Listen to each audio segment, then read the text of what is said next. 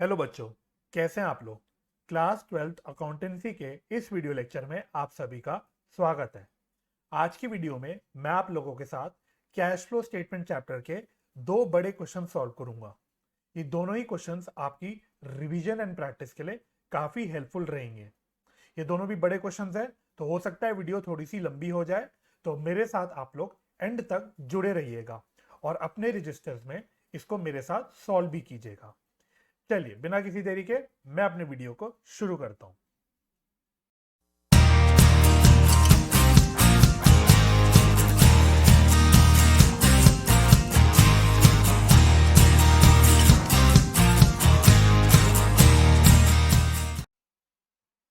तो सबसे पहले हम लोग इलस्ट्रेशन नंबर 57 सॉल्व करेंगे। तो फटाफट से आप लोग मेरे साथ साथ ये क्वेश्चन पढ़िएगा और फिर इसको हम लोग सॉल्व करना शुरू कर देंगे। तो इलस्ट्रेशन नंबर 57 कहता है, from the following balance sheet and information of light limited prepare cash flow statement. तो आपको एक बैलेंस शीट दे रखी है, तो बैलेंस शीट में क्या क्या है नजर मार लो। और जिनके लिए भी आपको नोट नंबर दिख जाए, मतलब जिन जिन भी आइटम के लिए स्पेशली नोट्स टू अकाउंट्स में आइटम दे रखे हैं या रेफरेंस दे रखा है, आपको फिर उसको वहां पे नोट्स टू अकाउंट से रेफर करना है। तो सबसे पहले शेयर होल्डर्स फंड में शेयर कैपिटल दिया हुआ है, इसको नोट नंबर 1 में बोल रखा है। तो हम लोग नोट नंबर 1 में जाके देखते हैं। तो शेयर कैपिटल में आपको दिख रहा होगा इक्विटी शेयर कैपिटल भी है एंड 12% प्रेफरेंस शेयर कैपिटल भी है। इसके बाद आपको और क्या दे रखा है, रिजर्व एंड सरप्लस दे रखा है, इसके लिए भी नोट का रेफरेंस है, ये नोट नंबर 2 पे है। तो इसमें रिजर्व एंड सरप्लस में लिखा है सिक्योरिटीज प्रीमियम रिजर्व और surplus that is balance in statement of profit and loss.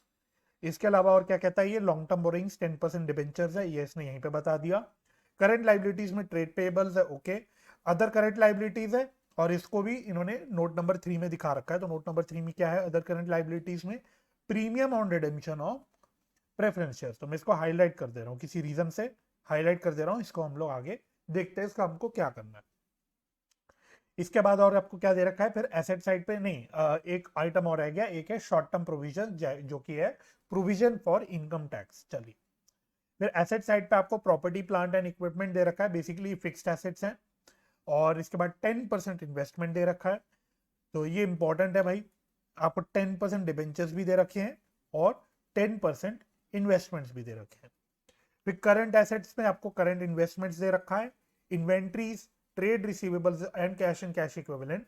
Trade receivables के लिए क्या आपको बता रखा है, तो बेसिकली इन्होंने नोट्स टू अकाउंट्स में सन्ड्री डेटर्स की ग्रॉस वैल्यू दी है, प्रोविजन फॉर डाउटफुल डेट्स की वैल्यू दी है और फिर उसको नेट वैल्यू निकाल रखी है।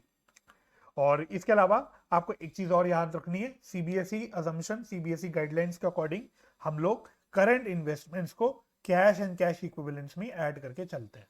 ठीक है, तो ये बात आपको आई होप याद होगी। चलो, इसके अलावा एडिशनल इंफॉर्मेशन भी दे रखी है। क्या दे रखा है, कह रहा है machine with book value of ₹40,000 was sold for ₹25,000। And second point में बोल रहा है depreciation charge during the year was ₹70,000। तो डेप्रिसिएशन की इंफॉर्मेशन दे रखी है और कोई मशीनरी की सेल की इंफॉर्मेशन दे रखी है। तो जो भी इंफॉर्मेशन आपको दिख जाए एडिशनल इंफॉर्मेशन में, आपको मोर और लेस उसके लिए कोई अकाउंट प्रिपेयर करके सारी कैलकुलेशन करनी पड़ेगी। तो यहाँ पे क्योंकि इतनी सारी इंफॉर्मेशन दे रखी है, तो हम लोग मशीनरी का एक अकाउंट बना लेंगे। इसके अलावा थर्ड इंफॉर्मेशन बोल रहा है preference shares were redeemed on 31 December 2020 at a premium of 5%। तो उसने प्रेफरेंस शेयर्स की रिडेम्पशन की एक डेट बता दी और वो भी बता दिया कि हमने 5% प्रीमियम पे इसको रिडीम किया। तो देखो प्रेफरेंस शेयर कैपिटल में आ जाओ, एक बार जरा नजर मारो, ये 2 लाख से कम होके 1 लाख हो रहा है, यानी 1 लाख रुपए से कम हो रहा है। तो यानी कि इसमें 1 लाख रुपए की आपकी रिडेम्पशन है और ये भी हमने 5% प्रीमियम पे किया है। तो अगर इसका 5% आप निकालोगे तो ये आ जाएगा 5,000 रुपए, ये आ जाएगा 5,000 रुपए। और अगर आप नीचे अदर करंट लाइबिलिटीज में देखोगे, premium on redemption of preference shares, जिसको मैंने हाईलाइट भी किया, ये साल की शुरुआत में थे 10,000, मतलब पिछले साल पे थे ये 10,000 और ये अब हो गए 5,000 रुपए, यानी ये 5,000 रुपए से कम हो गए। इसके मानी क्या कि जो 5,000 रुपए से प्रीमियम और रिडेम्पशन ऑफ प्रेफरेंस शेयर्स की लाइबिलिटी कम हुई है, वो इसलिए कम हुई है क्योंकि हमने ये 5,000 रुपए की ऑलरेडी पेमेंट कर दी। जब हमने रिडीम किया प्रेफरेंस शेयर, तो ये प्रीमियम की हमने साथ में पेमेंट कर दी।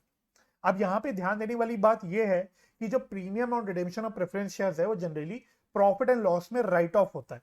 यानी कि अगर आपके पास प्रीमियम और रिडेम्पशन ऑफ प्रेफरेंस शेयर्स की इंफॉर्मेशन है तो आपको इसका कैश फ्लो स्टेटमेंट में क्या ट्रीटमेंट करनी होती है, आप जब ऑपरेटिंग एक्टिविटी की कैलकुलेशन कर रहे होते हैं तो वहां पे जहां पे आप नॉन ऑपरेटिंग एक्सपेंसेस को ऐड करते हो वहां पे आपको प्रीमियम और रिडेम्पशन ऑफ प्रेफरेंस शेयर्स को भी ऐड करना होता है। लेकिन यहां पे एक इंफॉर्मेशन ऐसी दे रखी है, इन्होंने बेसिकली ऑलरेडी ये 5,000 रुपए की लाइबिलिटी पिछले साल ही बना दी थी। ये 5,000 रुपए की लाइबिलिटी इन्होंने पिछले साल ही, कंपनी ने पिछले साल ही बना दी थी। यानी करंट ईयर में प्रॉफिट एंड लॉस में कोई राइट ऑफ हुआ ही नहीं होगा। अगर ये राइट ऑफ होना भी होगा तो ये पिछले साल ही हो गया होगा।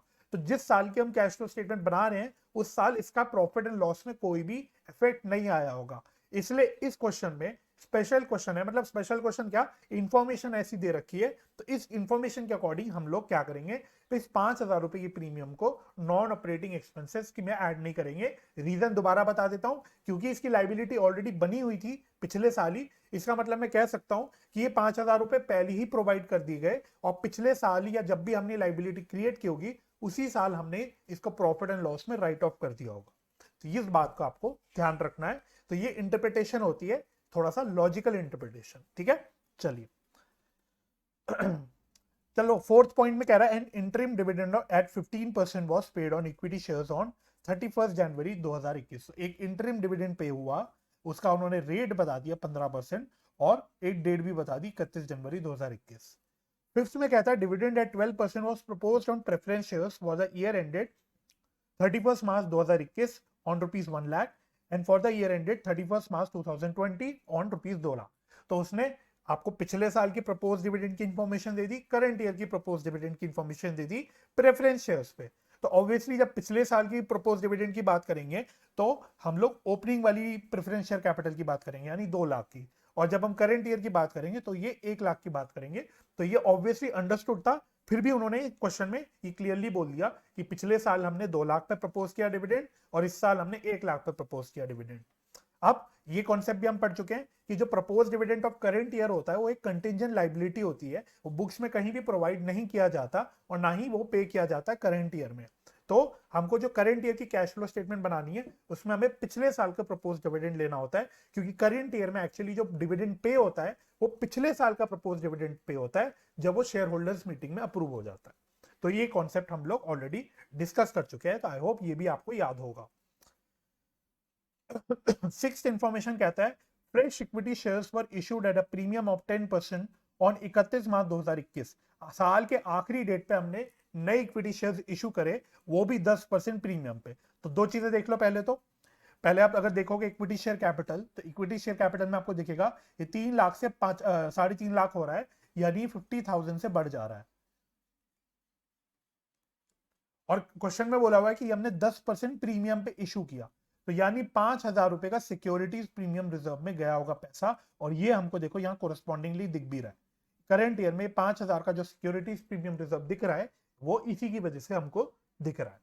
और दूसरी बात ये, उसने लास्ट डेट पे इंफॉर्मेशन दे दी है और 31 जनवरी को हमने इंटरिम डिविडेंड भी पे किया है, क्योंकि जो नए शेयर इशू हुए हैं ये 31 जनवरी के बाद इशू हुए हैं। दैट मींस जब हम इंटरिम डिविडेंड पे करेंगे तो हम लोग जो नए शेयर्स इशू किए गए हैं उस शेयर्स पे हम लोग इंटरिम डिविडेंड बेसिकली पे नहीं करेंगे, हम लोग पुराने जो शेयर्स कैपिटल का जो भी बैलेंस आ रहा था उसी पे इंटरिम डिविडेंड पे करेंगे। दैट मींस जब आप इंटरिम डिविडेंड की कैलकुलेशन करोगे तो आप ये 3 लाख पे करोगे, 3.5 लाख पे नहीं करोगे, क्योंकि 50,000 के जो नई शेयर कैपिटल इशू हुआ है वो इंटरिम डिविडेंड पे होने के या डिक्लेयर होने के बाद हुआ है। तो ये एक आपको लॉजिकल इंटरप्रिटेशन एक और लेके चलनी है। तो ये सारी आपको इंफॉर्मेशन दे रखी है। तो इलस्ट्रेशन 57 का काफी बच्चों में चर्चा रहती है ये वाली इलस्ट्रेशन की, तो मैंने सोचा क्यों ना इसको मैं आप लोगों के साथ सॉल्व कर लूं। तो फटाफट से अब हम नीचे आके इसको सॉल्व करना शुरू करते हैं। आप लोग अपनी किताब में क्वेश्चन को खोल लीजिएगा इलस्ट्रेशन को, क्योंकि अब मैं बार बार ऊपर नीचे नहीं करूंगा, अब मैं नीचे सीधा क्वेश्चन सॉल्व करूंगा और मैं अब अपनी किताब से चीजें देखता रहूंगा। तो आप लोग मेरे साथ रजिस्टर में अपने करते रहना सॉल्व।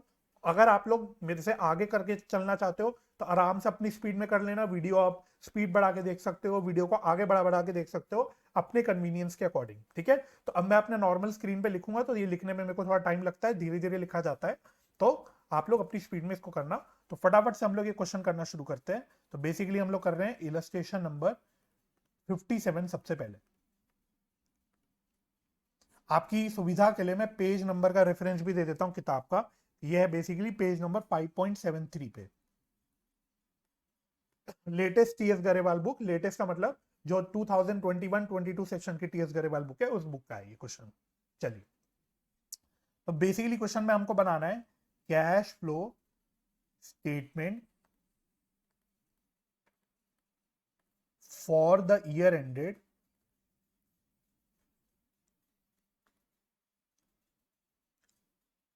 31 मार्च 2021। तो जब आप एग्जाम में क्वेश्चन अटेम्प्ट करोगे तो जब हेडिंग डालना है, एक तो हेडिंग डालना जरूर है। कई बच्चे मैं देखता हूं हेडिंग डालते ही नहीं है, सीधा करना शुरू कर देते हैं। तो आप लोगों को हेडिंग डालने, आप जो भी कर रहे हो उसकी हेडिंग तो डालो, कि आप बताओ तो एग्जामिनर को कि आप क्या कर रहे हो। कई बच्चे स्ट्रेट अवे सीधा कैश फ्लो स्टेटमेंट बनाना शुरू कर देते, ऊपर कैश फ्लो स्टेटमेंट की हेडिंग तक नहीं लिखते। तो आपको पूरी लिखनी है cash flow statement for the year ended so and so. Generally question में 31 मार्च 2021 ही आना चाहिए। तो जो भी आपके क्वेश्चन में आ रखा है आपको उसकी पूरी हेडिंग डालनी है विद डेट। ठीक है, तो यहां मैं बनाऊंगा ₹2 का कॉलम और यहां हम लिख देंगे पर्टिकुलर्स। तो सबसे पहले हम लोग ए डाल के बोलेंगे, हम निकालेंगे cash flow from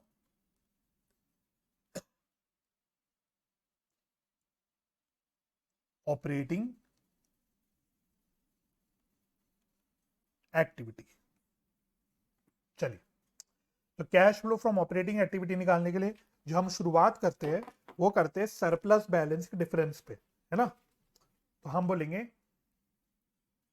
profit for the year.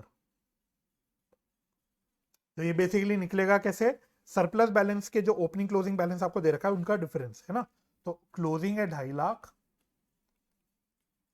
Opening है 1 लाख, तो ये आ जाएगा 1.5 लाख रुपए। अब स्टेप बाय स्टेप चलेंगे। इसमें सबसे पहले अप्रोप्रिएशंस को ऐड कर देते हैं। अप्रोप्रिएशंस में यहाँ पे डिविडेंड की बेसिकली इंफॉर्मेशन दे रखी है, तो सबसे पहले मैं डिविडेंड डाल देता हूं। उसने इंटरिम डिविडेंड की इंफॉर्मेशन दी है, तो इंटरिम डिविडेंड 15% का रेट है। और मैंने ऑलरेडी डिस्कस कर लिया हमको कौन सी वैल्यू पे निकालना है, ये 3 लाख रुपीज की वैल्यू पे। ठीक है, तो और कुछ अगर समझना है तो आप लोग ओपनिंग पे ही निकाल लेना। अगर अगर जो फ्रेश शेयर्स इशू हो रहे होते वो 31 जनवरी से पहले हो रहे होते तो हम लोग क्लोजिंग बैलेंस पे निकाल देते। लेकिन क्योंकि यहाँ पे इंटरिम डिविडेंड की पेमेंट जिस डेट पे हो रही है उसके बाद नए शेयर्स इशू हो रहे हैं, तो हम लोग पुराने बैलेंस पे इसको कैलकुलेट कर लेंगे। तो 3 लाख रुपए कहाँ गया, ये रहा, है ना। तो ये आ जाएगा आपका 45,000। इसको मैं यहाँ अंदर लिख लेता हूँ। इसके अलावा और कौन से डिविडेंड की बात की है, propose dividend. Propose dividend on preference shares, और ये प्रीवियस ईयर वाला लेना है ध्यान से। तो ये कितना है, 12% है 2 लाख पे, तो 12% ऑफ 2 लाख, ये आ जाएगा 24,000।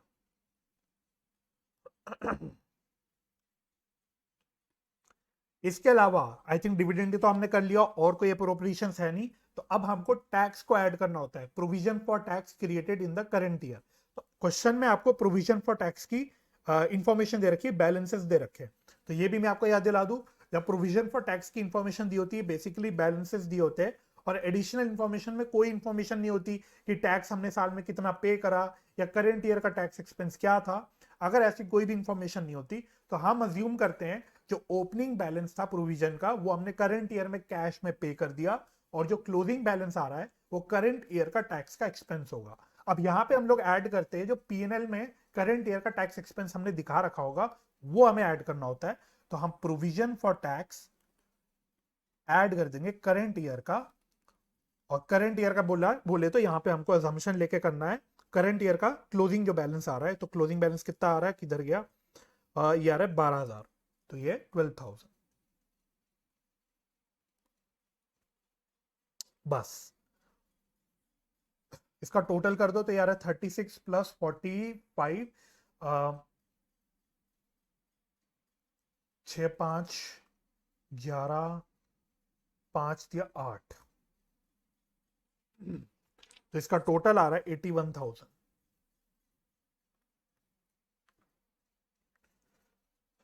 तो 1.5 लाख रुपए प्रॉफिट फॉर द ईयर था, उसमें 81,000 की हमने ये चीजें ऐड कर दी, तो ये आ जाएगा आपका 2,31,000। 2,31,000 इसको हम लोग बोलते हैं नेट प्रॉफिट बिफोर टैक्स। वैसे तो हम इसको बोलते हैं net profit before tax and extra ordinary item, लेकिन क्योंकि यहाँ पे एक्स्ट्रा ऑर्डिनरी आइटम की कोई इंफॉर्मेशन नहीं है, तो आप एक्स्ट्रा ऑर्डिनरी आइटम स्किप भी कर सकते हो, खाली नेट प्रॉफिट बिफोर टैक्स भी लिख सकते हो। ठीक है, तो आपको पूरा लिखना पूरा लिख लेना, नहीं तो सिर्फ नेट प्रॉफिट बिफोर टैक्स लिख लेना। हाँ, अगर क्वेश्चन में एक्स्ट्रा ऑर्डिनरी आइटम भी दे रखा है कोई, उसको भी हमने ऐड या लेस कर रखा है, तो आपको पूरा लिखना होगा। चलिए, अब हम इसमें ऐड कर देते हैं non cash and non operating expenses.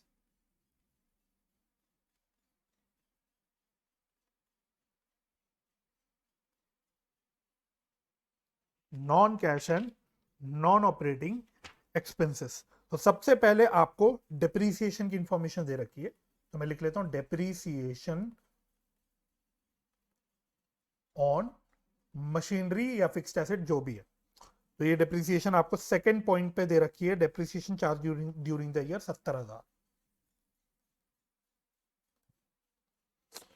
और आपको क्या दे रखा है, तो अगर आप फर्स्ट पॉइंट पे देखोगे तो अ machine with a book value of ₹40,000 was sold for 25,000। 40,000 की बुक वैल्यू की मशीन हमने 25,000 पे सेल करी, तो यानी कि कहीं ना कहीं हमने लॉस में सेल करी, तो loss on sale of machinery. तो मशीनरी सेल करी हमने लॉस पे, तो ये 15,000 का लॉस है। अब यहां पे हमको इन्वेस्टिंग एक्टिविटी की कैलकुलेशन करने के लिए अकाउंट बनाना पड़ेगा, जो कि मैं बाद में बना लूंगा, यहां पे अभी एज ऑफ नाउ रिक्वायर्ड नहीं है, तो इसलिए मैं इसको अभी यहां पे स्किप कर रहा हूं। इसके अलावा और क्या इंफॉर्मेशन है, और क्या इंफॉर्मेशन है, इंटरेस्ट की इंफॉर्मेशन है ना। तो इंटरेस्ट ऑन बोरिंग्स क्या डिबेंचर्स लिख लेता हूं, इंटरेस्ट ऑन डिबेंचर्स। तो क्वेश्चन में कुछ इंफॉर्मेशन है नहीं, तो हम लोग ओपनिंग बैलेंस पे इसको कैलकुलेट कर देंगे। तो 1 लाख का 10%, दैट इज 10,000। और कोई चीज हमसे मिस हो रही हो? नहीं, आई डोंट थिंक। अब किताब में उन्होंने क्या कर रखा है, प्रोविजन फॉर डाउटफुल डेट जो करंट ईयर में बना है, बेसिकली जो डिफरेंस है उसको उन्होंने ऐड कर रखा है। तो प्रोविजन फॉर डाउटफुल डेट्स आप कहीं पे भी एडजस्ट कर सकते हो। प्रोविजन फॉर डाउटफुल डेट्स को आप non operating, sorry, non cash expense की तरह मान के यहाँ पे ऐड भी कर सकते हो, और अन्यथा, और आप इसको क्या कर सकते हो, प्रोविजन फॉर डाउटफुल डेट्स को करंट लाइबिलिटी की तरह ट्रीट करके जब हम नीचे वर्किंग कैपिटल के चेंजेस करते हैं वहां पे भी कर सकते हो। तो किताब में उन्होंने क्या कर रखा है, उसको नॉन कैश एक्सपेंस की तरह मान के यहाँ पे ऐड कर रखा है। मैं क्या करूंगा, इसको वर्किंग कैपिटल पे लेके चलूंगा। ठीक है, तो आप लोग कैसे भी कर सकते हो, जैसे आपका मन करे वैसे करना, दोनों भी तरीके ठीक है, आपको जो मन करे करना। मैं इसको वर्किंग कैपिटल चेंजेस में लेके चलूंगा। किताब में जब उन्होंने यहाँ ऐड कर ही रखा है, तो क्यों ना हम थोड़ा अलग ढंग से कर लें। आंसर आपका सेम आएगा, आंसर में आपकी कोई दिक्कत नहीं होगी। चलिए, और कोई चीज हमारी नहीं बच रही, तो non operating non cash expenses तो इतना ही है, तो इसका टोटल आ जाएगा 95,000। इसमें से हमको अब लेस करना होता है non operating incomes. Non operating incomes, तो नॉन ऑपरेटिंग इनकम्स में उन्होंने क्या इंफॉर्मेशन दे रखी है, एक इन्वेस्टमेंट दे रखी है 10% इन्वेस्टमेंट। तो इंटरेस्ट रिसीव्ड ऑन इन्वेस्टमेंट एक नॉन ऑपरेटिंग इनकम है, तो इसको हम लोग ऐड कर देंगे, सॉरी, इसको हम लोग लेस कर देंगे। और अगेन यहाँ पे भी कोई भी इंफॉर्मेशन नहीं दे रखी, तो इसको आप ओपनिंग बैलेंस पे निकाल लेना। तो 30,000 का ओपनिंग बैलेंस है, 10% का इंटरेस्ट का रेट है, तो ये आ जाएगा 3,000। बस, और कोई इसमें इंफॉर्मेशन है नहीं, तो इसमें हम लोग बस खत्म कर देंगे। तो इसको जब प्लस माइनस करेंगे तो हमारा आ जाएगा operating profit before working capital changes. तो ये कितना आ रहा है, 2,31,000 प्लस 95 माइनस 3, तो ये आ रहा है 3,23,000। अब हमें इसमें ऐड करना होता है decrease in current assets and increase in current liabilities. तो एक एक करके देखो, तो वो किधर गया क्वेश्चन, ये रहा। तो मैं सबसे पहले करंट लाइबिलिटीज देखना शुरू कर रहा हूं। तो ट्रेड पेबल्स आप देखोगे ये बढ़ रहे हैं, तो ट्रेड पेबल्स यानी करंट लाइबिलिटी एक बढ़ रही है, तो इसको मैं यहां पे ले लूंगा। तो इंक्रीज इन ट्रेड पेबल्स, तो ये कितने रुपए से बढ़ रहे हैं, 133 माइनस 46, 133 माइनस 46, तो 87,000 से बढ़ रहे हैं। इसके बाद अदर करंट लाइबिलिटीज, आंख बंद करके मत ले लेना। अदर करंट लाइबिलिटीज में premium on redemption of preference shares है, जो कि एक फाइनेंसिंग एक्टिविटी का आइटम है, तो उसको हम यहाँ पे लेके नहीं चलेंगे। यहाँ पे हम वही करंट एसेट्स करंट लाइबिलिटीज को कंसिडर करते हैं जो या तो कैश एंड कैश इक्विवेलेंट नहीं है, और साथ ही साथ कोई वो दूसरी एक्टिविटी से रिलेट नहीं करते, सिर्फ ऑपरेटिंग एक्टिविटी से रिलेट करते हैं। तो यहाँ पे अदर करंट लाइबिलिटीज हम नहीं लेंगे, क्योंकि वो एक फाइनेंसिंग एक्टिविटी से रिलेट कर रहा है। इसके बाद सी में short term provision, provision for tax है, इसको भी हम सेपरेटली कंसिडर कर रहे हैं, तो इसका काम भी खत्म हो गया। फिर अब हम लोग करंट एसेट्स पे आ जाते हैं। तो सबसे पहले करंट इन्वेस्टमेंट्स दिया है, तो वो कैश इक्विवेलेंट में हम लोग इंक्लूड करते हैं, तो यहां नहीं लेंगे। इन्वेंट्रीज दे रखा है, तो इन्वेंट्रीज डिक्रीज हो रही है ना, इन्वेंट्रीज हाँ डिक्रीज हो रही है, तो इसको हम यहाँ पे ऐड कर देंगे, डिक्रीज इन इन्वेंट्रीज। तो ये कितने रुपए से डिक्रीज हो रही है, 10,000 से। इसके अलावा और क्या है, फिर ट्रेड रिसीवेबल्स है, तो ट्रेड रिसीवेबल्स में सन्ड्री डेटर्स का ग्रॉस वैल्यू अलग से देखना और प्रोविजन फॉर डाउटफुल डेट्स अलग से देखना। तो सन्ड्री डेटर्स इंक्रीज हो रहा है, करंट एसेट इंक्रीज हो रहा है, तो वो हम लेस करते हैं, और प्रोविजन फॉर डाउटफुल डेट्स जो कि करंट लाइबिलिटी है, ये भी इंक्रीज हो रही है, तो इसको हम लोग यहां ले लेंगे। तो increase in provision for doubtful debts, तो ये कितने रुपए से इंक्रीज हो रही है, 5,000 से।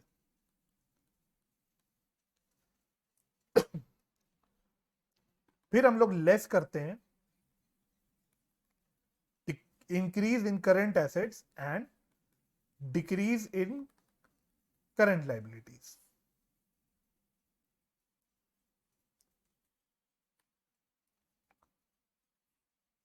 चलो, ट्रेड पेबल्स हो गया, करंट लाइबिलिटीज तो हमने सारी ले ली थी, तो सिर्फ एक हमारी बच रही है, वो है प्रोविजन फॉर डाउटफुल डेट्स, जो नहीं वो तो हमने ले लिया था, सॉरी, सन्ड्री डेटर्स जो बढ़ रहे हैं, तो इंक्रीज इन सन्ड्री डेटर्स। तो ये कितने रुपए से इंक्रीज हो रहा है, 1,00,000 रुपए से।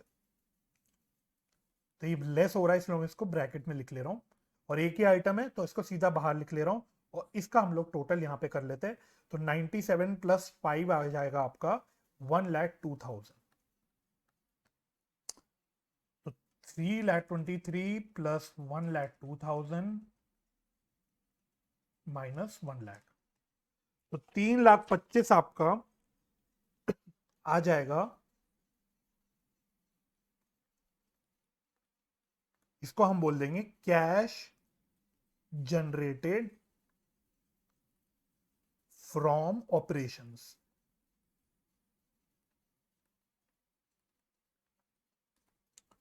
अब फाइनली इसमें से हम लोग टैक्स पेड माइनस करते हैं। याद रखना, tax paid net of refund, अगर रिफंड की इंफॉर्मेशन दे रखी है, रिफंड ऑफ टैक्स की इंफॉर्मेशन दे रखी है, तो हम नेट ऑफ रिफंड माइनस करते हैं। तो यहां पे tax paid net of refund तो खैर है ही नहीं, टैक्स पेड हम लेंगे पिछले साल का प्रोविजन फॉर टैक्स, है ना। तो ओपनिंग बैलेंस जो आ रहा है प्रोविजन फॉर टैक्स का, उसको हम लोग यहाँ पे टैक्स पेड मानेंगे, तो वो है 24,000। अब बच जाएगा आपका 3,01,000। इसको थोड़ा ढंग से लिख लेता हूं,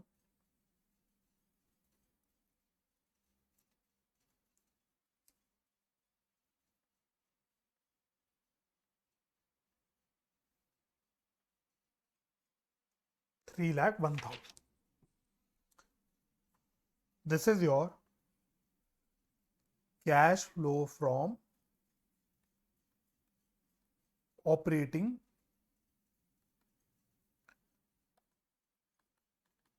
एक्टिविटी।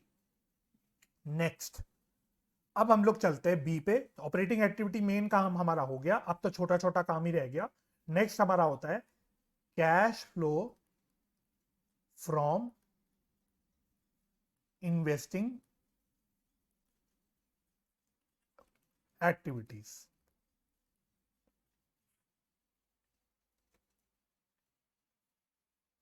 चलो, इसको कैलकुलेट करने के लिए मुझको एक प्रॉपर्टी प्लांट एंड इक्विपमेंट में जो फिक्स्ड एसेट दे रखा है इसका अकाउंट बनाना पड़ेगा। तो वर्किंग नोट में आप लोग अकाउंट बनाएंगे, तो मैं यहां पे बना रहा हूं वर्किंग नोट में फिक्स्ड एसेट का अकाउंट।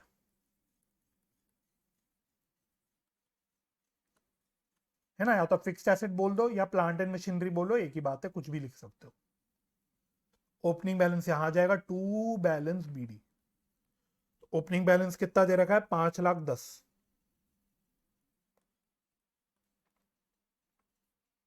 क्लोजिंग बैलेंस यहां आ जाएगा बाय बैलेंस सीडी, ये कितना आपको दे रखा है, 6,20,000। फिर नीचे उसने सेल की कुछ इंफॉर्मेशन दे रखी है, तो सेल को हम लिख देंगे बाय बैंक 25,000। लॉस में बिका है तो लॉस यहां पे क्रेडिट साइड पे आता है, बाय लॉस ऑन सेल। ये कितने का लॉस आया था, 15,000 का। इसके अलावा आपको डेप्रिसिएशन की इंफॉर्मेशन दे रखी है, वो यहां पे आ जाएगा बाय डेप्रिसिएशन, तो ये आ गया आपका 70,000।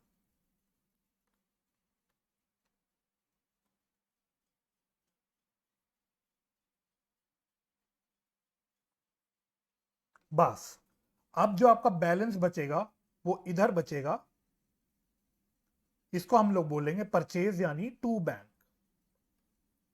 तो इसको मैं फटाफट से निकाल लेता हूं, तो 40 प्लस 70 प्लस 620, तो टोटल आ रहा है 7,30,000।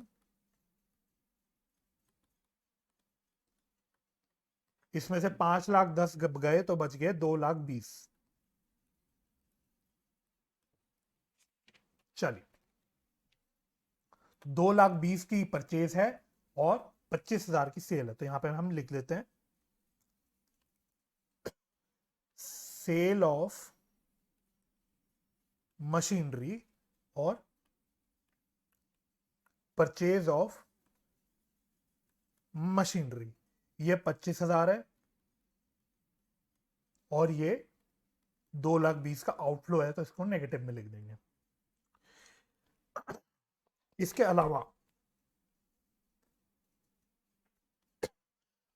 अलावा एक इन्वेस्टमेंट है जो हम लोग खरीद रहे हैं। देखो, इन्वेस्टमेंट 30,000 से बढ़ के 80,000 हो रही है, तो यानी कि हमने साल के दौरान कुछ इन्वेस्टमेंट परचेज भी करी, तो वो भी इन्वेस्टिंग एक्टिविटी का पार्ट है। तो वो हम ले लेंगे, कितना है, 50,000। ये भी आउटफ्लो है।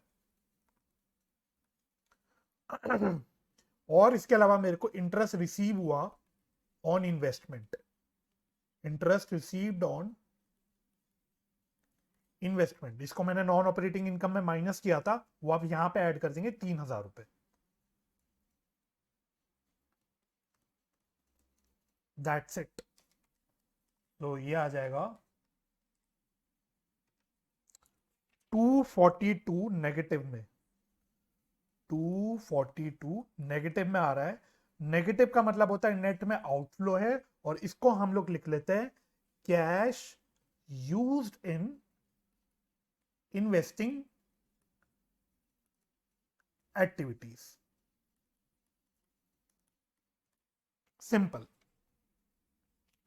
अब फटाफट से सी में हम लोग निकाल लेते हैं finally cash flow from financing activities.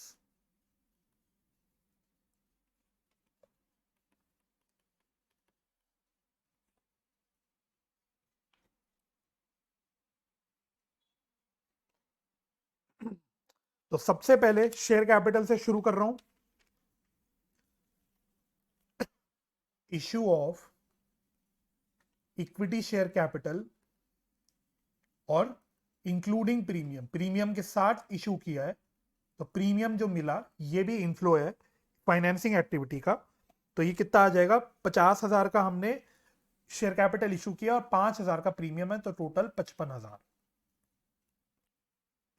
इसके अलावा हमने रिडीम किए प्रेफरेंस शेयर्स, तो redemption of preference share capital, ये भी हमने विद प्रीमियम किया, प्रीमियम पे हमने रिडीम किया है। ऊपर वाला प्रीमियम इनफ्लो है, ये वाला प्रीमियम आउटफ्लो है, दोनों अलग अलग प्रीमियम है। तो रिडेम्पशन हुई है टोटल 1,00,000 रुपए की, और प्रीमियम है मेरे ख्याल से 5,000 रुपए का, तो ये आ जाएगा 1,05,000 आउटफ्लो। आउटफ्लो। इसके अलावा डिबेंचर्स 1,00,000 से बढ़ के 2,00,000 हो रहे हैं, तो हमने इशू करे होंगे डिबेंचर्स, तो इशू ऑफ डिबेंचर्स 1,00,000 रुपए। डिबेंचर्स पे हमने इंटरेस्ट पे किया है, वो आउटफ्लो हो जाएगा, तो इंटरेस्ट पेड ऑन डिबेंचर्स, तो ये हमने निकाला था 10,000।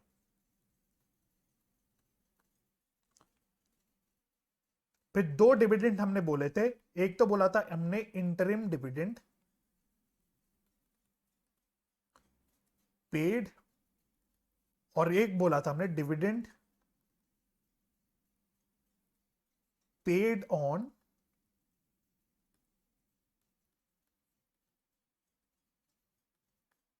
Preference shares. इंटरिम डिविडेंड कितना निकाला था, सारा मैं ऊपर से लेके चलता हूं। इंटरिम डिविडेंड 45 था, और प्रेफरेंस शेयर्स का डिविडेंड 24 था। 45 और 24, 45 24। तो आई थिंक अब सारी चीजें हमने ले ली है। अब मैं इसको कैलकुलेट कर लेता हूं फटाफट। तो 55,000 minus 1,05,000 plus 1,00,000 minus 10 minus 45 minus 24, तो ये आ रहा है नेगेटिव में 29,000। नेगेटिव मतलब अगेन नेट में आउटफ्लो है, इसको हम लोग लिख लेंगे cash used in financing activities. फिर फाइनली हम लोग डी में लेते हैं नेट इंक्रीज या फिर decrease in cash and cash equivalent. यहां पे इंक्रीज है कि डिक्रीज है, क्या हो रहा है? तो 3,01,000 माइनस 242 माइनस 29,000, तो प्लस में 30,000 आ रहा है, एबीसी तीनों को ऐड करके, this is coming in plus. Plus का मतलब नेट में साल के दौरान इंक्रीज हुआ है, तो इसको मैं बोलूंगा net increase in cash and cash equivalents. ये हमने कैसे निकाला, ए प्लस बी प्लस सी। फिर ई में हम लोग ऐड कर देंगे opening cash and cash equivalents, और इसमें यह ध्यान रखना हम लोग करंट इन्वेस्टमेंट भी ऐड करके चलेंगे। तो इसमें करंट इन्वेस्टमेंट कितने के हैं, ओपनिंग वाले 8,000, और कैश एंड कैश इक्विवेलेंट दे रखा है 42,000, तो ये आ रहा है 50,000। That means closing cash and cash equivalent आना चाहिए 80,000। कैसे, डी प्लस ई, और इसको हम लोग वेरीफाई भी कर सकते हैं बैलेंस शीट से। तो क्लोजिंग वाली करंट इन्वेस्टमेंट है 10,000 की, और कैश एंड कैश इक्विवेलेंट है 70,000 का, तो 70 प्लस 10 80 होता है। तो इस प्रकार से हमारा ये वेरीफाई भी हो गया। तो इस प्रकार से हमें करना था इसका cash flow statement. I hope आप लोगों ने मेरे साथ साथ इसको सॉल्व करा होगा, और करने के बाद आपको थोड़ा सा कॉन्फिडेंस फील हुआ होगा, कॉन्फिडेंस आया होगा, और अब आपको ये क्वेश्चन थोड़ा सा इजी लगा होगा। तो ये था इलस्ट्रेशन नंबर 57। अब हम लोग बढ़ते हैं क्वेश्चन नंबर 57 की ओर। तो क्वेश्चन नंबर 57 मैंने आपको आपके सामने खोल दिया है। ये पेज नंबर है 5.123 पे, पीएस गारेवाल बुक पेज नंबर 5.123। तो इसको भी एक बार पढ़ लेते हैं और फिर सॉल्व कर लेते हैं जैसे हमने किया। तो ये भी थोड़ा सा बड़ा क्वेश्चन है, इसमें भी इतना ही टाइम लग जाएगा मोटा मोटा जितना हमें इलस्ट्रेशन सॉल्व करने में लगा। चलिए, क्वेश्चन कहता है from the following balance sheet and information of Sun Limited prepare cash flow statement. तो फटाफट से देख लो, शेयर कैपिटल, अगेन इसको इसके सामने नोट नंबर दिया हुआ है, तो नोट नंबर में देख लो क्या है, इक्विटी शेयर कैपिटल है एंड 10% प्रेफरेंस शेयर कैपिटल है। फिर आगे क्या बोल रखा है इसमें, रिजर्व्स एंड सरप्लस, इसमें भी नोट नंबर 2 का रेफरेंस है, तो इसमें एक सिक्योरिटीज प्रीमियम रिजर्व है और सरप्लस बैलेंस है। फिर लॉन्ग टर्म बोरिंग्स में वही 10% डिबेंचर्स है, सिंपल, और करंट लाइबिलिटीज में सिर्फ ट्रेड पेबल्स है। नॉन करंट एसेट्स में आ जाओ तो वही प्रॉपर्टी प्लांट एंड इक्विपमेंट में फिक्स्ड एसेट्स दे रखे हैं, टेंजिबल वाले, ओके। नॉन करंट इन्वेस्टमेंट्स में आपको अगेन 10% इन्वेस्टमेंट्स दे रखी है, तो इसको मैं फिर से एक काम करता हूँ, हाईलाइट कर देता हूँ, ये 10% इन्वेस्टमेंट है और 10% डिबेंचर्स है। इसके अलावा आप पे करंट एसेट्स में इसमें भी दे रखे करंट इन्वेस्टमेंट्स, तो ये हो जाएगा आपका कैश इक्विवेलेंट का पार्ट। इन्वेंट्रीज दे रखा है, ट्रेड रिसीवेबल्स दे रखे हैं, उसमें भी 3, नोट नंबर 3 है, तो नोट नंबर 3 अगेन वही है, सन्ड्री डेटर्स की ग्रॉस वैल्यू दे रखी है और प्रोविजन फॉर डाउटफुल डेट्स दे रखा है। तो बिल्कुल जैसे हमने इलस्ट्रेशन 57 में ट्रीटमेंट की वही ट्रीटमेंट हम यहाँ पे भी करेंगे। तो क्वेश्चन आप देखोगे मोर और लेस बिल्कुल इलस्ट्रेशन 57 जैसा ही है, 1 2 3 ही आपको छोटे मोटे डिफरेंसेस दिख जाएंगे, लेकिन मोटा मोटा इलस्ट्रेशन 57 ही है। मैंने इसलिए एक अपने कम्युनिटी पोस्ट पे पोल रन किया था कि आप कौन सा क्वेश्चन देखना चाहते हैं, कौन से क्वेश्चन के ऊपर वीडियो चाहते हैं, इलस्ट्रेशन 57, क्वेश्चन 57 या both.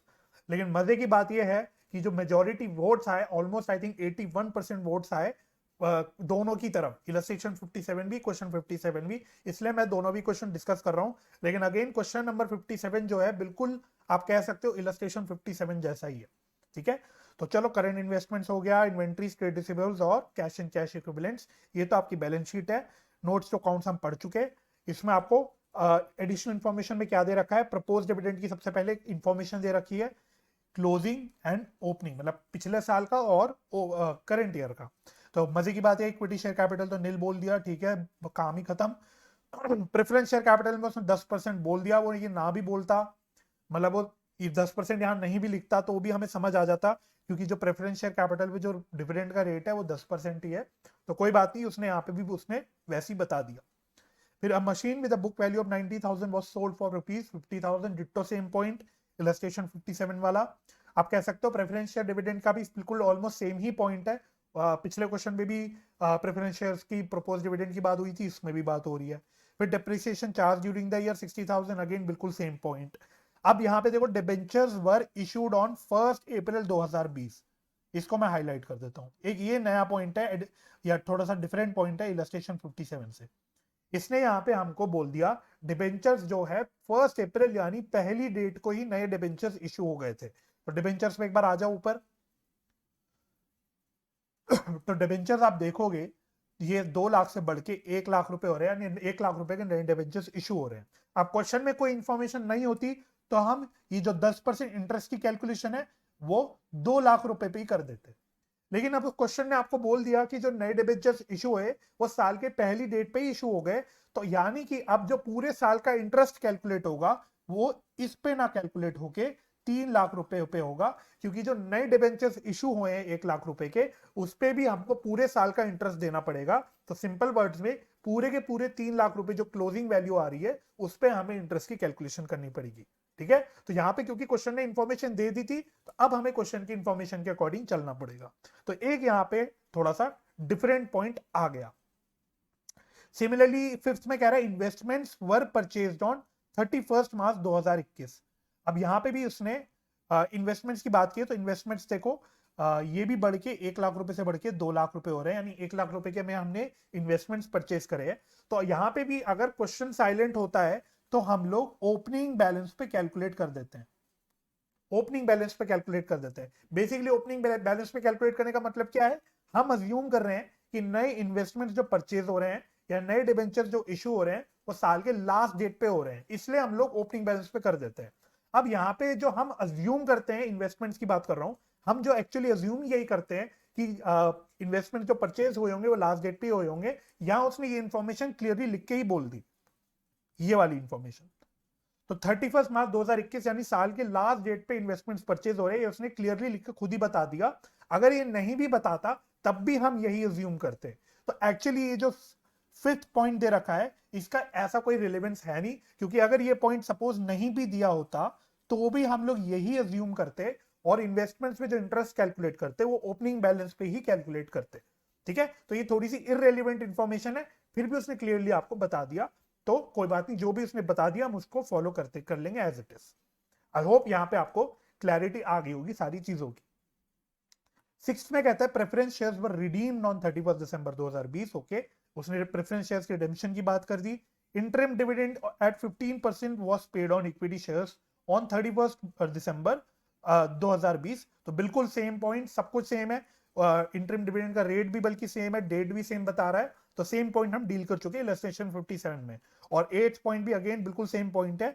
Fresh equity shares were issued at a premium of 5% on 31 March 2021। तो वही सेम चीज, नए इक्विटी शेयर जो इशू है वो साल के लास्ट डेट पे इशू है, बिल्कुल पिछले रजिस्ट्रेशन जैसा। तो क्या नए नए पॉइंट आए इसमें? एक तो पहला पॉइंट इसमें आया, जो उसने डिबेंचर्स इशू करने की डेट दे दी 1 अप्रैल की, ये एक नया पॉइंट आया। दूसरा, पिछले क्वेश्चन में प्रेफरेंस शेयर्स प्रीमियम पे रिडीम हो रहे थे, यहाँ पे इसने कोई भी प्रीमियम ऑन रिडेम्पशन की बात नहीं करी, तो यहाँ पे तो चीजें और कम कॉम्प्लिकेटेड हो गई, सिंपल ही हो गई, सिंपल केस हो गया। और बाकी सारी मेरे ख्याल से जो पूरा क्वेश्चन है आप कह सकते हो पूरा इलस्ट्रेशन 57 एज इट इज है। तो जो काम अभी मैंने इलस्ट्रेशन 57 पे किया बिल्कुल वही काम मैं करूंगा। तो मेरे को तो ऐसा लगेगा कि मैं डुप्लीकेट काम कर रहा हूँ, सेम चीज वही कर रहा हूँ। तो मैं उम्मीद नहीं कर रहा था कि आप मुझे दोनों क्वेश्चन कराने बोलोगे, बट क्योंकि आप लोगों की डिमांड है, मेजोरिटी 81% बच्चों ने रिक्वेस्ट की दोनों क्वेश्चन कराने की, इसलिए मैं करा रहा हूँ। ठीक है, तो अब वीडियो इस वजह से लंबी हो रही है, तो इसमें मैं कुछ कर नहीं सकता, लंबा क्वेश्चन है और लिखने में भी टाइम लगता है, तो वीडियो थोड़ी सी वो इस चक्कर में लंबी हो जाती है। चलिए, तो क्वेश्चन नंबर 57 करना शुरू करते हैं। अब आप लोग मेरे से आगे बढ़ बढ़ के करने की कोशिश करना, वीडियो आगे बढ़ा बढ़ा के कोशिश करना कि आप खुद से सॉल्व कर दो, मैं अपने हिसाब से इसको सॉल्व करता रहूंगा। तो क्वेश्चन नंबर 57 है, फटाफट से वही सेम चीज, cash flow statement for the year ended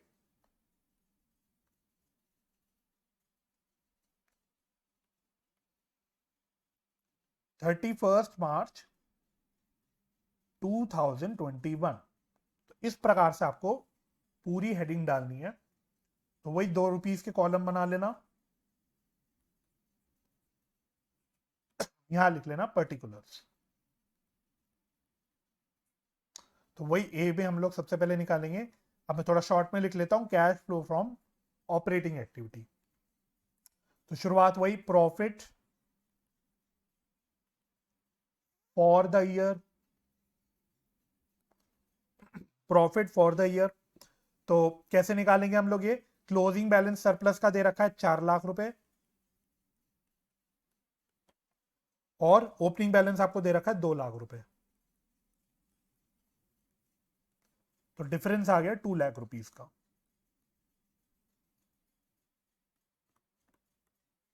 इसमें हम लोग सारे अप्रोप्रिएशन ऐड कर देंगे, तो सेम अप्रोप्रिएशन है यहाँ पे भी। तो एक तो उसने इंटरिम डिविडेंड पे करने की बात करी है,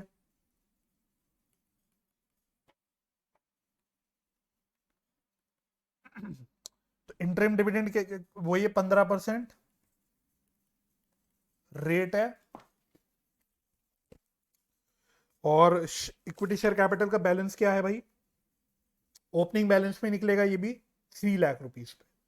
लो जी, अमाउंट भी मेरे ख्याल से सेम ही आ रहा है, मेरे ख्याल से पिछले क्वेश्चन जैसा ही अमाउंट आ रहा है इसका।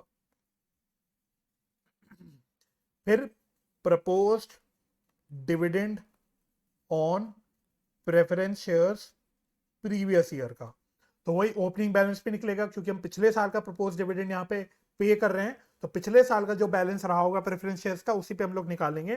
तो वो 3 लाख रुपए बता रखा है, तो और रेट 10% है, तो 10% ऑफ 3 लाख,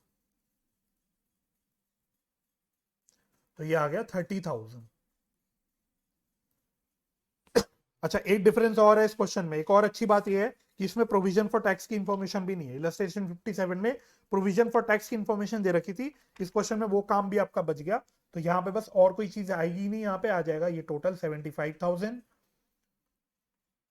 तो 2 लाख पे 75,000 हम ऐड कर देंगे, तो ये आ जाएगा 2,75,000, इसको मैं बोल लूंगा net profit before tax and extraordinary item. यहां पे भी कोई एक्स्ट्राऑर्डिनरी आइटम है नहीं, तो आप खाली नेट प्रॉफिट बिफोर टैक्स भी लिख सकते हो। अब इसमें हम लोग ऐड करते हैं non operating and non cash expenses.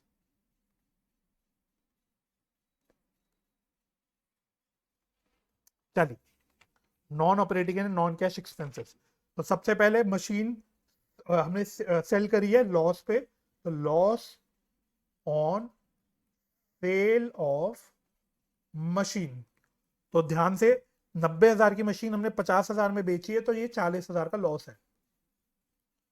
और क्या है, डेप्रिसिएशन इंफॉर्मेशन है, डेप्रिसिएशन चार्ज 60,000। इसके अलावा इंटरेस्ट ऑन डिबेंचर्स है, लेकिन केयरफुली, क्योंकि यहाँ पे फर्स्ट डेट पे नए डिबेंचर्स इशू हो रहे हैं, तो हम लोग क्लोजिंग बैलेंस पे इंटरेस्ट निकालेंगे। तो इंटरेस्ट निकलेगा 3 लाख रुपए पे, 3 लाख इंटू रेट 10% ही है, इंटू 10%।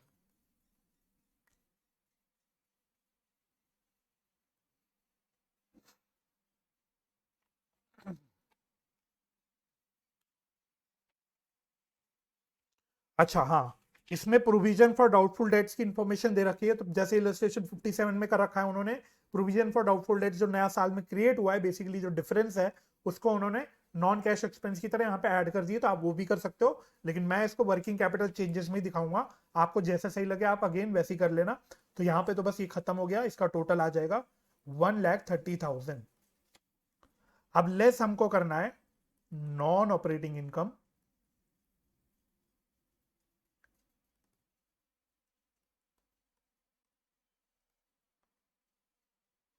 यहां पे भी नॉन ऑपरेटिंग इनकम के नाम से वही है, इंटरेस्ट ऑन इन्वेस्टमेंट। मुझे बिल्कुल ऐसा लग रहा है जैसे मैं पिछला ही क्वेश्चन दोबारा से कर रहा हूं, इंटरेस्ट ऑन इन्वेस्टमेंट। तो इंटरेस्ट ऑन इन्वेस्टमेंट तो इसमें ओपनिंग बैलेंस पे ही निकलेगा, क्योंकि इसमें तो क्वेश्चन ने साफ साफ बोल ही दिया है कि जो नए इन्वेस्टमेंट्स खरीदे हैं वो लास्ट डेट पे खरीदे, 31 मार्च को खरीदे हैं। तो बात ही खत्म हो गई सारी। तो 10% निकलेगा 1 लाख का। तो मैं लिख देता हूं 1 लाख का 10%। मुझे लग रहा है अमाउंट भी सेम था, शायद ये अमाउंट भी सेम था, मैं भूल जाऊं, पर हो सकता है, मेरे को ऐसा फील हो रहा है कि अमाउंट भी सेम था पिछले क्वेश्चन में। चलिए, यहां तक करने के बाद हमारा आ जाता है operating profit before working capital changes. Exam में पूरा लिखना है, शॉर्ट फॉर्म्स नहीं यूज करने। हर वीडियो में मैं बताता हूं, यहां पे भी मैं बता रहा हूं। अभी हम लोग यहाँ यूज कर ले रहे हैं, लेकिन एग्जाम में अवॉइड करना है इस प्रकार के शॉर्ट फॉर्म्स यूज करना। तो ये कितना आ जाएगा, 1,30,000 माइनस 10 120 होता है, इसको 275 में ऐड कर दो, तो ये आ जाएगा 3,95,000 मेरे ख्याल से, 3,95,000। अब हम इसमें ऐड करते हैं decrease in current assets and increase in current liabilities. Decrease in current assets and increase in current liabilities. कहाँ गया क्वेश्चन, ये रहा। आ जाओ भाई, एक एक करके देखना शुरू करो। तो करंट लाइबिलिटीज में एक तो ट्रेड पेबल्स दे रखे हैं, ये 60,000 से बढ़ के हो जा रहे हैं 1,40,000। तो क्या है यहाँ पे, इंक्रीज इन ट्रेड पेबल्स। कितने रुपए से इंक्रीज हो रही है, 80,000 से।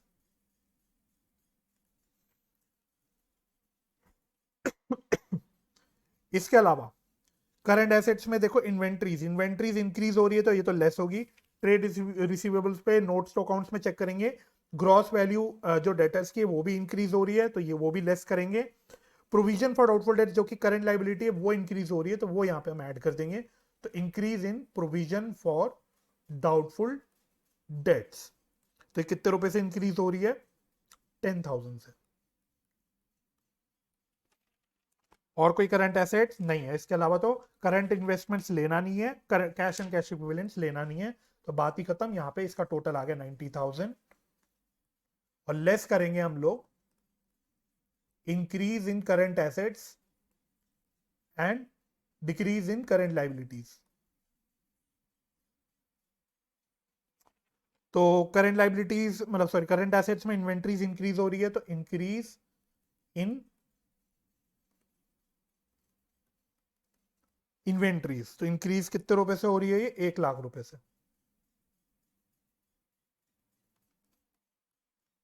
और ये लेस करना है इसलिए मैं माइनस में लिख रहा हूं। इसके अलावा जो ग्रॉस डेटर्स हैं वो भी इंक्रीज हो रहे हैं, तो इंक्रीज इन सन्ड्री डेटर्स, ये कितने रुपए से इंक्रीज हो रहे हैं? ये भी 1 लाख रुपए से इंक्रीज हो रहे हैं। तो टोटल जो लेस होगा वो होगा 2 लाख। तो 395 में से 2 लाख गए, 1,95,000 बचे, उसमें 90,000 ऐड किया तो आ गया 2,85,000। ये हो गया कैश जनरेटेड फ्रॉम ऑपरेशंस। फिर इसमें से हम लेस करते हैं टैक्स पेड। अब यहां पे टैक्स की कोई भी इंफॉर्मेशन नहीं है तो हमको ये जीरो ही लेके चलना पड़ेगा। तो फाइनल हमारा आंसर आ जाएगा ऑपरेटिंग एक्टिविटी का 2,85,000। This will be cash flow from operating activity. Positive है मतलब नेट में इनफ्लो है, सिंपल। अब फटाफट से बी में आते हैं, cash flow from investing activities. इसके लिए सेम काम करना है हमको, फिक्स्ड एसेट का अकाउंट बनाना है। तो मैं इधर आ जा रहा हूं, इसमें मैं फिक्स्ड एसेट का अकाउंट बना दे रहा हूं, या एक काम करते हैं यहां पे हम फिक्स्ड एसेट ना लिख के प्लांट एंड मशीनरी अकाउंट ही लिख लेते हैं। Plant and machinery account.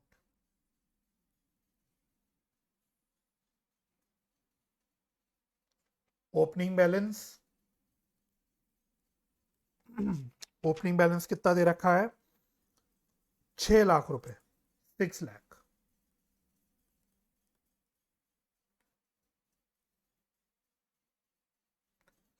Closing balance by balance CD, ये कितना दे रखा है आपको? 7 लाख। इसके अलावा क्वेश्चन में सेल की वैल्यू दे रखी है बाय बैंक। सेल कितने का किया हमने? 50,000 रुपए का।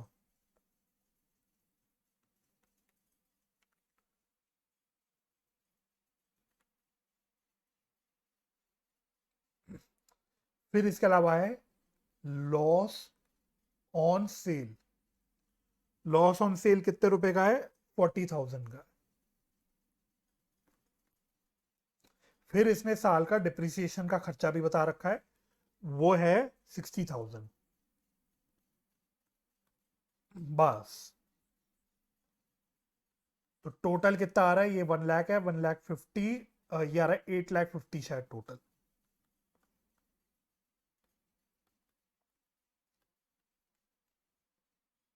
बैलेंस जो बचेगा वो यहां बच जाएगा।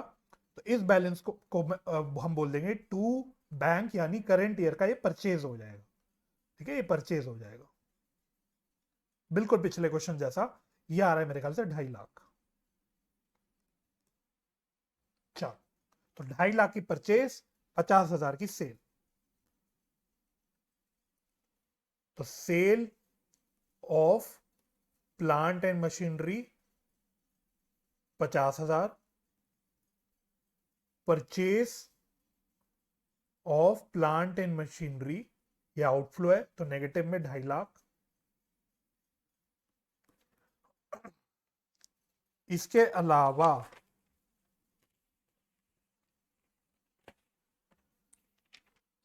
इन्वेस्टमेंट्स परचेज करी हमने, परचेज ऑफ इन्वेस्टमेंट्स, ये कितने रुपए की परचेज करी हमने? 1 लाख रुपए की। तो ये अब ये भी आउटफ्लो है तो नेगेटिव में दिखाएंगे। इसके अलावा इंटरेस्ट रिसीव्ड ऑन इन्वेस्टमेंट, तो इंटरेस्ट कितना हमने माइनस किया था? जितना ऊपर लिया था उतना यहां पे लेंगे, 10,000 प्लस में 10,000। तो 3.5 माइनस पर 3, 290। मेरे ख्याल से 2,90,000 आ रहा है। आंसर ठीक है क्या? बिल्कुल ठीक है। चलो, तो ये आ रहा है नेगेटिव में 2,90,000 नेगेटिव मीन्स नेट में आउटफ्लो है, इसको हम लोग बोल देते हैं cash used in investing activities. चलिए अब फटाफट से सी पे हम लोग निकाल लेते हैं cash flow from financing activities. तो इसमें सबसे पहले शेयर कैपिटल इशू हो रहा है, issue of equity share capital मतलब, और यहां पे भी प्रीमियम है इंक्लूडिंग प्रीमियम। तो कितने रुपए का शेयर कैपिटल इशू हो रहा है? ये 2 लाख रुपए का शेयर कैपिटल हो रहा है इशू। 5% के 5% के प्रीमियम पे, तो आप वैसे क्वेश्चन में वेरीफाई कर लेना, 2 लाख रुपए का शेयर कैपिटल इशू हो रहा है तो 5% उसका निकल के आ जाता है 10,000। तो आप रिजर्व एंड सरप्लस के नोट्स में चेक कर लेना, 10,000 का सिक्योरिटीज प्रीमियम रिजर्व बढ़ रहा है ना। तो 10,000 और 2 लाख, तो ये टोटल हो जाएगा 2,10,000। इसके अलावा हम प्रेफरेंस शेयर्स को रिडीम कर रहे हैं, रिडेम्पशन ऑफ प्रेफरेंस शेयर्स। तो ये है तो पार पे ही हो रहे हैं, प्रीमियम की कोई बात ही नहीं है इसमें, तो ये तो ऐसे ही हो जाएगा 1 लाख। फिर इसके बाद हम डिविडेंड ले लेते हैं सारे, या पहले हम डिवेंचर्स की बात कर लेते हैं। चलो तो डिवेंचर्स क्या हो रहे हैं? डिवेंचर्स इशू हो रहे हैं, तो issue of debentures.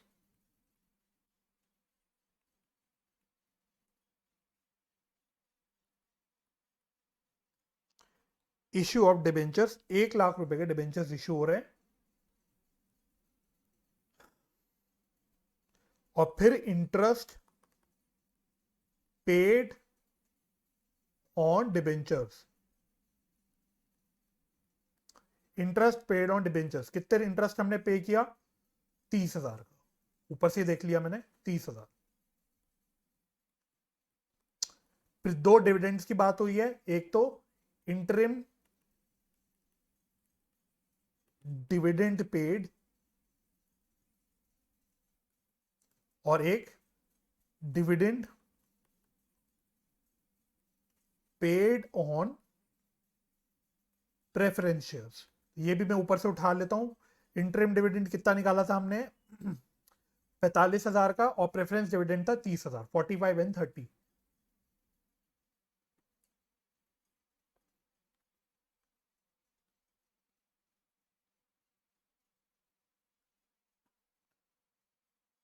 That's it. अरे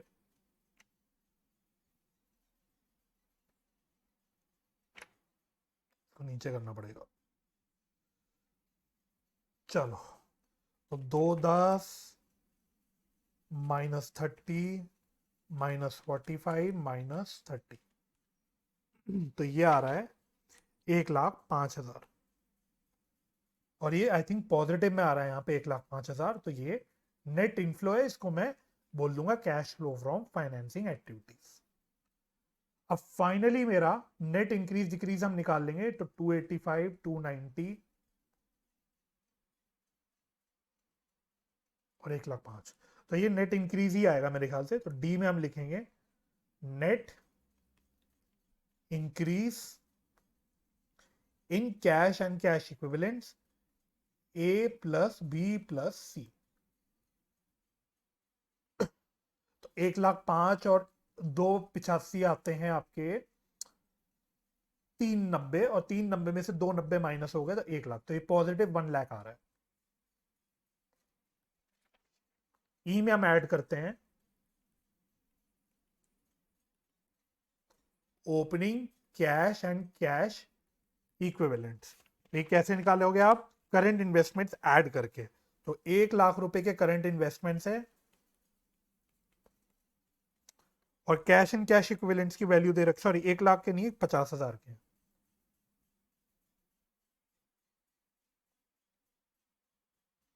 तो करंट इन्वेस्टमेंट्स 50,000 के हैं, और कैश एंड कैश इक्विवेलेंट्स है 20,000।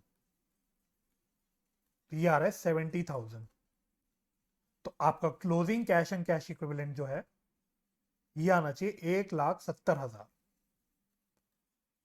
इसको मैं बोलूंगा closing cash and cash equivalents, और इसको हम लोग वेरीफाई भी कर सकते हैं। तो बैलेंस शीट में से ही 90,000 के करंट इन्वेस्टमेंट्स है और 80,000 के कैश एंड कैश इक्विवेलेंट है, तो ये वेरीफाई भी हो गया 1,70,000। बस तो ये थे इलस्ट्रेशन 57 एंड क्वेश्चन नंबर 57। मैं आशा करता हूं आप लोगों ने मेरे साथ साथ इस क्वेश्चन को, इन दोनों भी क्वेश्चन को सॉल्व किया होगा और थोड़ा आपको अच्छा लगा होगा सॉल्व करके, कॉन्फिडेंस थोड़ा सा आपका आ गया होगा इस चैप्टर में।